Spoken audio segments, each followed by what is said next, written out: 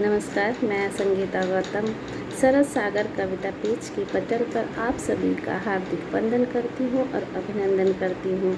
पटल की संस्थापिका श्रीमती रवि किरण शर्मा जी का बहुत बहुत आभार प्रकट करती हूँ और आशा करती हूँ कि उनका स्नेह और आशीर्वाद मुझ पर सदैव बना रहे। समूह में जुड़े जितने भी शिक्षकगण हैं, मैं उन्हें शिक्षक दिवस की हार्दिक शुभकामनाएं और मंगल कामनाएं प्रदान करती हूँ और आशा करती हूँ जो शिक्षक की महिमा है वो हमेशा सदैव चिरकाल तक ऐसे ही यथावत बनी रहे। आज मैं शिक्षक दिवस के उपलक्ष्य में आपसे कुछ अपने अनुभव साझा करना चाहूँगी, मेरे विद्यार्थी जीवन के और मेरे शिक्षक जीवन के। तो सबसे पहले मैं इसकी शुरुआत एक गुरु वंदना के साथ जिनकी 4 पंक्तियों से करना चाहूँगी। पथ प्रदर्शक है वो, ज्ञान का भंडार है। पथ प्रदर्शक है वो, ज्ञान का भंडार है। जिसने हमें किया भविष्य के लिए तैयार है। जिसने हमें किया भविष्य के लिए तैयार है। सीढ़ी बनकर हमें ऊंचाइयों पर पहुंचाया है। सीढ़ी बनकर हमें ऊंचाइयों पर पहुंचाया है। ऐसे गुरु को सत सत नमन, ऐसे गुरु को सत सत नमन बारंबार है। ऐसे गुरु को सत सत नमन बारंबार है। इसकी मैं कुछ चंद शब्दों में करना चाहूँगी कि जो पथ प्रदर्शक है, जो हमें राह दिखाते हैं, वो गुरु हमारे शिक्षक हमारे ज्ञान का भंडार होते हैं। और अच्छा गुरु वही होता है जो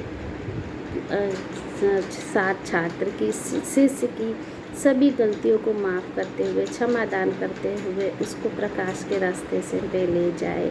जिसने हमें भविष्य के लिए तैयार किया है वही अच्छा गुरु है, जो हमारे भविष्य को संवारता है, हमारे व्यक्तित्व को संवारता है, हमारा चरित्र निर्माण करता है। और जो हम जैसे जैसे पढ़ते जाते हैं, कक्षा 1 से हम जब पढ़ना सब शुरू करते हैं तो जितनी भी हमारी शिक्षा रहती है, हमारे गुरुओं का परिवर्तन होता रहता है, नए गुरु मिलते रहते हैं, पुराने छूटते रहते हैं। ये क्या है? ये हमारे लिए एक सीढ़ी का काम करते हैं, हमें ऊंचाइयां प्रदान करते हैं। अच्छे गुरु का आशीर्वाद हमें आगे बढ़ाता रहता है और अच्छे शिष्य का कर्तव्य वो है कि गुरु के पथ दिखाए हुए रास्ते पे चलता हुआ आगे बढ़ता रहता है। ऐसे गुरु को मैं सत सत नमन करती हूँ, बार बार करती हूँ, मेरा कोटिश प्रणाम है। अब मैं अपने कुछ विद्यार्थी जीवन के अनुभव साझा करना चाहूँगी। जैसा कि गुरु की महिमा जितनी की जाए कम है, ये आप सभी लोग परिचित हैं कि अगर हमारी पहली गुरु हमारी माँ होती है तो हमारे जो विद्यार्थी जीवन के जो गुरु होते हैं, कभी कभी कुछ ऐसे गुरु हमारे जीवन में आ जाते हैं, उनका आशीर्वाद ऐसा होता है कि हमें हमारे स्मृति पटल से कभी भी जीवन नहीं निकल पाते और हमें उन्हें याद करते रहते हैं। तो गुरु की महिमा जितनी की जाए कम है। आज हम जो हैं वो हमारे गुरु की मेहनत का ही परिणाम है और उनके सच्चे लगन का प्रतिफल है जो आज हम हैं और उनके लिए 2 शब्द लिख पा रहे हैं, कह पा रहे हैं, व्यक्त कर पा रहे हैं। गुरु की आशीर्वाद की छाया हमें आजीवन कड़ी धूप से बचाते हुए एक सुखद छाया का एहसास कराती है। जिस प्रकार एक अच्छा और उत्तम गुरु वह है जो शिष्य को क्षमा प्रदान करते हुए उसे ज्ञान के प्रकाश से प्रकाशित करते हुए उसके व्यक्तित्व का और चरित्र का निर्माण करता है। उसी प्रकार अच्छा और उत्तम शिष्य वही होता है जो गुरु के दिखाए हुए रास्ते पे चलते हुए उसके निर्देशानुसार लक्ष्य की प्राप्ति करता है और अपने गुरु का ऋणी आजीवन होता है। गुरु का ऋण हम कभी भी पूरी ज़िंदगी में नहीं चुका सकते, क्योंकि उन्होंने जो सिखाया है, जो बताया है, आज हमारा व्यक्तित्व उन्हीं की ही देन है जो आज हम हैं, दुनिया के सामने हैं, अपने व्यक्तित्व में हैं, वो उन्हीं की ही देन है, उन्हीं का ही आशीर्वाद है, उन्हीं की छाया है, उन्हीं का ही मेहनत का प्रतिफल है। मैं आपको अपनी ज़िंदगी के कुछ अनुभव साझा करना चाहूँगी। मुझे अच्छी तरह से याद है, ये कक्षा 8 तक का तो बाल मन होता है, उछलता कूदता घूमता फिरता, सुबह जो याद रहता है शाम को भूल जाता है। लेकिन जब हम पहली बार स्कूल में जाते हैं, विद्यालय में जाते हैं, तो वो हमारे जीवन में एक अमिट छाप के रूप में भी बैठ जाती है। मुझे याद है अच्छी तरह से, जब मैं कक्षा 1 में थी तो हमारी क्लास की जो मैडम थी, क्लास टीचर मैडम थी, डैनियल मैडम थी, और एक जो टीचर और थी, आगा मैडम थी। वो हमेशा जो हमको पढ़ाती थी, गा के पढ़ाती थी। उनका स्वर इतना खूबसूरत रहता था, लय इतनी खूबसूरत रहती थी कि मैं अक्सर भूल जाती थी कि मैं कहाँ पे, किस दुनिया पे आ गई हूँ। मुझे उनके गाए हुए बहुत से कविताएं अभी भी याद हैं। मैं अपने बच्चों को भी वही सुनाती हूँ, वही उसी लय में, उसी सुर में अभी भी उनको अपने क्लास में अपने बच्चों को जब मेरा मन होता है सुनाती हूँ, और बच्चों को कहती हूँ कि इसका सस्वर पाठ करें। तो उनको, पहली जो मेरी शिक्षिका रही, उनको मैं बहुत हृदय से आभारी हूँ, और गुरु, उनको वंदन करती हूँ, अभिनंदन करती हूँ कि वो जहाँ भी हों बहुत अच्छी हों और स्वस्थपूर्वक हों। और इसके बाद में कक्षा 9 का अपना एक अनुभव बताती हूँ कि जो हिंदी विषय के हमारे सर थे, R.K. पांडे सर, तो वो उनकी पर्सनालिटी, उनका व्यक्तित्व ऐसा था, लंबे चौड़े से, चुटिया रखते थे। तो उनको देख के थोड़ा हम लोग भय भी खाते थे। उनकी ओजस्वी वाणी को देख के जब वो क्लास में आते थे, हम लोग सभी लोग एकदम शांत होकर चुपचाप से बैठ जाते थे। लेकिन जो उनका शिक्षा प्रदान करने का ढंग था, उनका जो पढ़ाने का ढंग था, वो मुझे बिल्कुल अभी भी आज तक बिल्कुल ऐसे, जब मैं कभी आँख बंद करती तो लगता है उन्हीं क्लास में बैठी, उन्हीं, वही बोर्ड है, वही टीचर है, वही मैं स्टूडेंट हूँ। जब वो छंद पढ़ाते थे और लघु वो गुरु पढ़ाते थे, जब बोर्ड में लिखते जाते थे, श्याम पट में लिखते जाते थे, ये लघु की मात्रा, ये गुरु की मात्रा है। तो कभी मेरे साथ के जो सहपाठी थे वो पूछते थे हिंदी में गणित का क्या काम, लेकिन पता नहीं क्यों मुझे वो चीज़ बहुत आकर्षित करती थी। मैं बिल्कुल एकदम तन्मयता के साथ उसको देखा करती थी, ये लघु की मात्रा है, ये गुरु की मात्रा है। तब कभी ज़िंदगी में कभी ये आभास नहीं हुआ था कि ये लघु की मात्रा, ये गुरु की मात्रा मेरे जीवन में अपनी एक पहचान बनाएंगी और मेरे जीवन का बिल्कुल रूप रंग अपने में ढाल लेंगी। वो मुझे अभी भी याद है। मैं उन सर की बहुत बहुत आभारी हूँ। सर, बहुत बहुत आपका आशीर्वाद मैं चाहूँगी मेरे साथ, मेरी ज़िंदगी में बना रहे। और अगर कभी भविष्य में आप मुझे देखें तो आपको भी लगे कि हाँ, मेरे कोई शिक्षक है जो मुझे अभी भी याद करता है, जो स्मरण करता है। बहुत बहुत धन्यवाद सर। और एक मैं तीसरी बात अपने बीएड के वक्त की बताऊंगी। तब बीएड में जो 2 ऑप्शनल विषय होते हैं, उनमें मेरा एक विषय कला था, एक हिंदी था। हिंदी तो मेरा बहुत ही परम विषय रहा है, परम प्रिय विषय रहा है, और कला भी मेरी बहुत अच्छी रही है। अब कला की बात हुई तो कला के संदर्भ में एक मैं आपको भी बताऊंगी अपना एक अनुभव। पहले मैं बीएड की बात बता लूँ।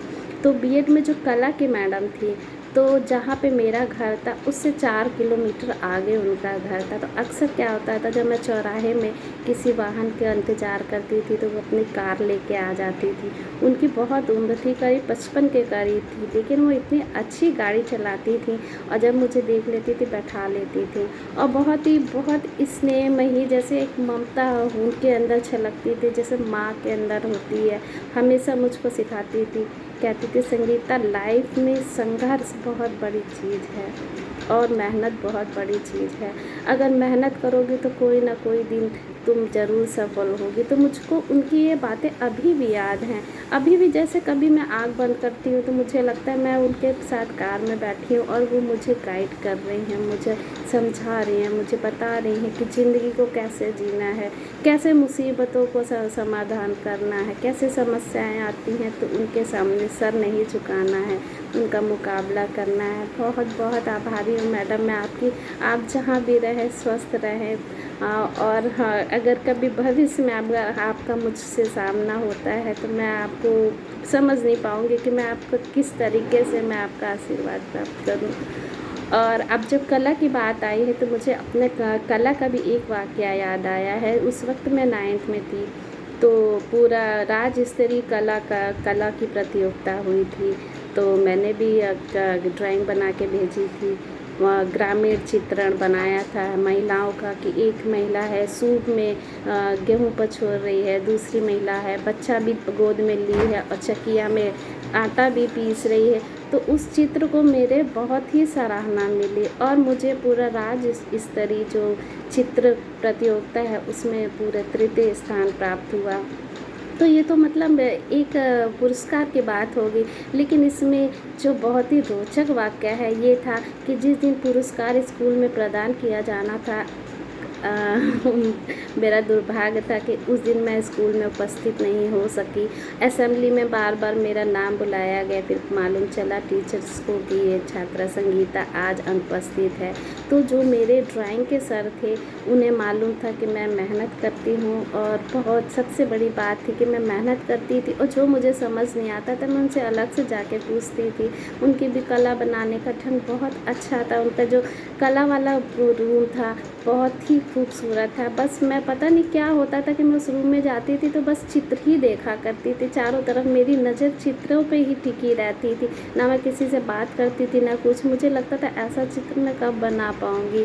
तो वो सर जानते थे कि मुझे बहुत ही ये सब चीज़ें बहुत पसंद हैं। तो क्या हुआ था, जब मैं दूसरे दिन स्कूल गई थी तो उन्होंने मुझे असेंबली में अलग से बुला के प्रिंसिपल सर से वो पुरस्कार दिलवाया था, जिनकी मैं बहुत बहुत आभारी हूँ। और बहुत ही मुझे एक अलग खुशी की प्राप्ति हुई थी कि वाकई में हम सोचते हैं कि हमारे टीचर कठोर हैं, लेकिन नहीं, वो उनके अंदर बहुत ममता रहती है जो हमें कभी ना कभी देखने को मिल जाती है। ऐसे बहुत से अनुभव हैं जो स्मृति पटल पर आज भी जीवित है और आशा करूँगी आपको मेरी कुछ अनुभव को साझा जो मैंने किए हैं आपको भी दिलचस्प लगे होंगे और सुनने में अच्छे लगे होंगे। बहुत लंबा मुझे लग रहा है वीडियो बनता जा रहा है, तो मैं अपने शिक्षक का होने के भी अनुभव एक दो अनुभव बताती हूँ कि जैसे मैं ग्रामीण परिवेश में पढ़ाती हूँ, वहाँ लड़कियों को बहुत ही कम उम्र में ही शादी कर दी, विवाह कर दिया जाता है। उनको शिक्षा प्राप्ति के उतने साधन नहीं प्राप्त हो जाते हैं। दूर दराज लड़कियां, जैसे इंटर कॉलेज होता है, साइकिलों से जाती हैं और माहौल ऐसा होता है कि घर वाले भी डरते हैं और बच्चियों को बाहर नहीं भेजते हैं। तो मैं जहाँ भी जाती हूँ मेरा यही प्रयास रहता है, अभिभावकों से, खासकर माता अभिभावकों से मिलकर मैं उनके मन से भय निकालूं कि नहीं, लड़कियों को भी आप शिक्षा का अवसर प्रदान करें। क्या पता वो भी कल मेरी जगह ही इस कुर्सी पे बैठी हूँ। तो ये सुन के माताओं को अच्छा लगता है। और एक बात मैं और कहना चाहूँगी कि मैं कुछ थोड़ा समाज सेवा भी करती हूँ और एक सामाजिक कार्यकर्ता भी हूँ, और मेरा जो विषय है स्त्री सशक्तिकरण, उसके लिए मैं हमेशा प्रयासरत रहती हूँ। जहाँ से मेरी पहली सीढ़ी स्कूल की होती है, विद्यालय बालिका की शिक्षा पे होती है, जो मेरा पूरा ध्यान रहता है कि कोई भी बच्ची, कोई भी लड़की, कोई भी बालिका कम से कम इंटर के पहले तो स्कूल ना छोड़ पाए। बहुत से ऐसे अनुभव हैं जिनको मैं आपसे साझा करना चाहती हूँ, लेकिन बहुत बहुत आभार जो आपने मुझे इतना वक्त दिया और सुना। बहुत बहुत आभारी रहूँगी और आपका आशीर्वाद, आप सभी का आशीर्वाद चाहूँगी और स्नेह चाहूँगी। और अंत में मैं आप सभी को अपना धन्यवाद ज्ञापित करती हूँ। धन्यवाद।